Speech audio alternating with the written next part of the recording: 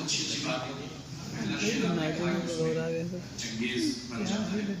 مولانا استاد محترم مولانا نفیس خان صاحب موجود ہیں, ان کی کتاب آپ لیجیے جو سوال, اس کے صفحہ نمبر 170 پر غالباً وجہ لکھی ہوئی ہے کہ چنگیز خان بنا کیوں تھا. اس کو آپ پڑھ لیجیے تو آپ کو تب سمجھ میں آئے گا کہ وہ لوگ ہنسی نہیں, وہ لوگ کہ جو اس وقت کے دور میں اپنے آپ کو ایک مذہبی سیاست کا نمائندہ کہتے تھے, ان لوگوں کی وعدہ خلافیوں کی وجہ سے چنگیز خان بنا. میں اس کے پڑھنے کو ڈیفینڈ نہیں کر رہا ہوں, کیا بنا. بہرحال جہاں تک بات ہے, اب اولاً تو میرا خیال یہ ہے کہ یہاں جو عنوان ہے اوپر, اس عنوان کو تبدیل کر دینا چاہیے جو ہے جمہوری نظام سیاست سماج کے لیے مفید ہے مزید, بلکہ اس کو کر دیجئے کہ جمہوری نظام سیاست ورسز اسلامی نظام حکومت. ٹھیک ہے, اس کو ایسا کر دیجئے کہ ٹاپک سمجھ میں آ جائے سب کو.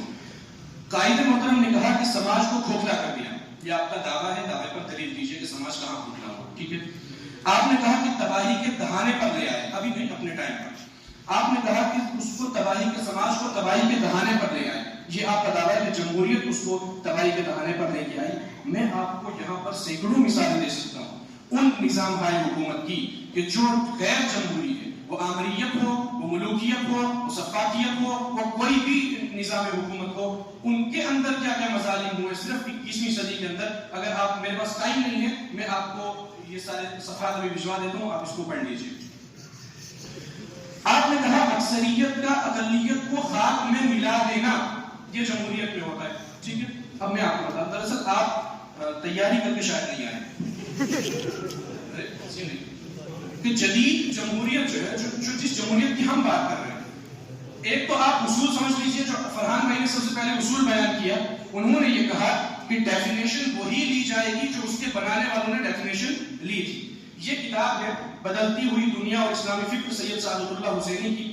وہ اس میں سیکولرزم پر بات کرتے ہوئے, فرحان بھائی نے اس کی تلخیص بہت اچھی پیش کی تھی, وہ اس میں بات کرتے ہوئے کہتے ہیں کہ ہر دور کے اعتبار سے جب سماج تبدیل ہوتا ہے, جب وقت تبدیل ہوتا ہے, تو جو پولیٹیکل آئیڈیالوجیز ہیں ان پولیٹیکل آئیڈیالوجیز کے معنی بھی تبدیل ہوتے ہیں. یہاں پر انہوں نے سیکولرزم کی مثال دی. مثال کے طور پر وہ یہ کہتے ہیں کہ سیکولرزم جو اس وقت ہے, جو موجودہ دنیا کے اندر جو سیکولرزم ہے, وہ سیکولرزم نہیں ہے جو لامذہبیت کا سیکولرزم ہے. ہم ہندوستان کو بھی کہتے ہیں کہ یہ سیکولر ملک ہے, تو کیا ہندوستان میں لامذہبیت ہے؟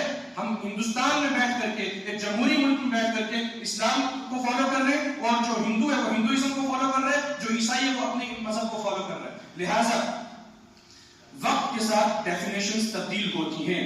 وہ ڈیفینیشن کہ جو اس زمانے میں تھی وہ آج باقی رہے, یہ ضروری نہیں ہے. آپ نے کہا خدا پہ ساری, اس کا جواب ہو گیا. اسی طرح آپ نے کہا کہ جو آپ نے قرآن مجید کی آیت پڑھی, آپ نے اس میں جمہوریت کو کہا کہ اکثریت نادان ہوتی ہے. مولانا علی میاں صاحب رحمۃ اللہ علیہ ایک جگہ لکھتے ہیں کہ میرے عزیز طلبہ, کسی بھی مسئلے میں جب اختلاف ہو تو آخر میں جمہور کی رائے کو پکڑ کے رکھو.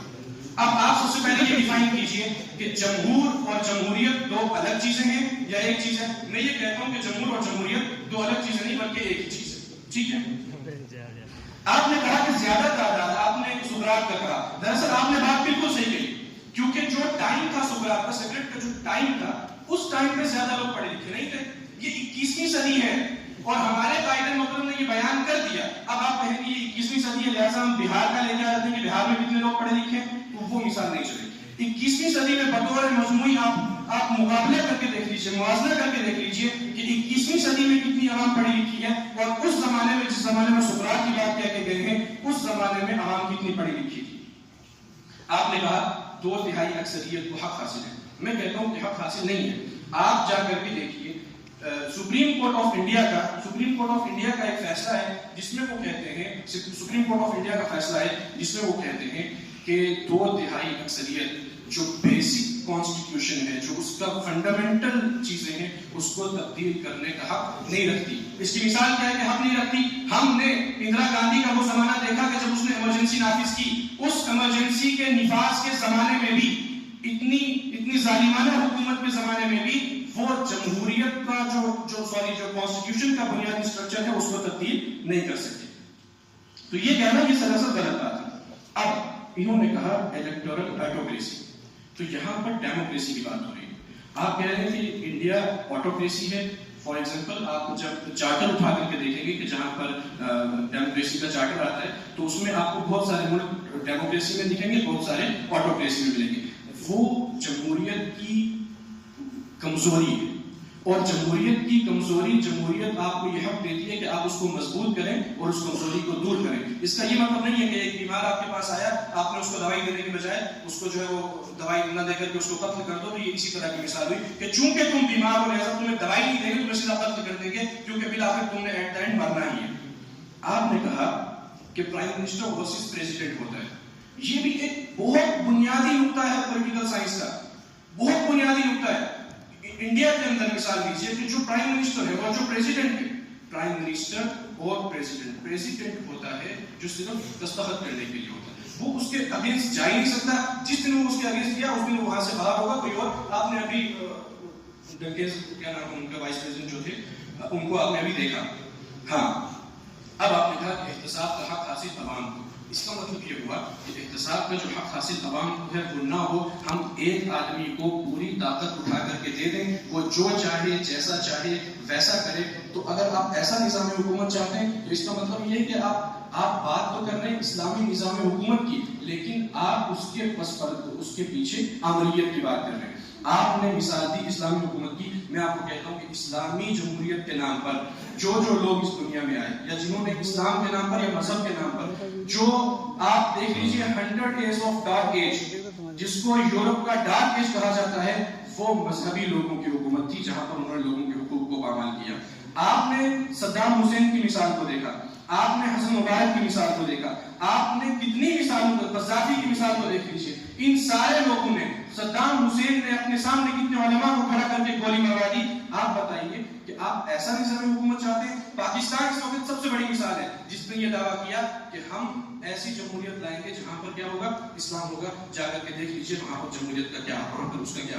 اگرچہ ہم وہاں پر دیکھ لیجئے کہ وہاں ان کا کیا حال ہے. اسی طرح آپ نے کہا مغربیت, تو میں آپ کو دو چیزوں میں فرق بتا رہا ہوں.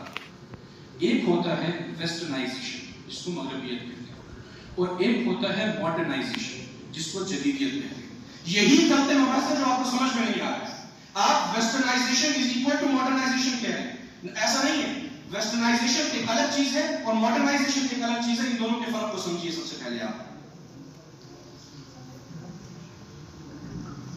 ایک بات یہ ہے کہ اسلام مخالف ہے. اسلام کسی ظاہری شکل کی بات نہیں کہتا ہے.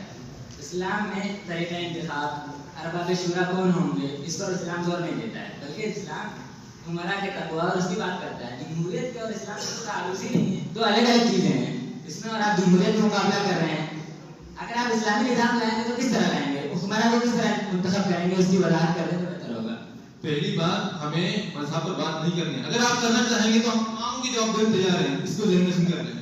اور اب یہ واضح کرنے میں آپ سے چاہتا ہوں کہ آپ کا پوزیشن کیا ہے, آپ کس جمہوریت کے حق میں یا کس نظام کے حق میں, یہ وضاحت کر لیں آپ. اور آپ یہ چاہتے ہیں کہ افراد کی غلطی پر بات کی جائے تو بس یہ انگریز صاحب نے کہا تھا کہ ہم افراد کی غلطی پر بات کریں گے. اگر آپ چاہتے ہیں کہ اس کی غلطی پر بات کریں تو کہتے ہیں ہم مثالیں پیش کر دے جا رہے ہیں.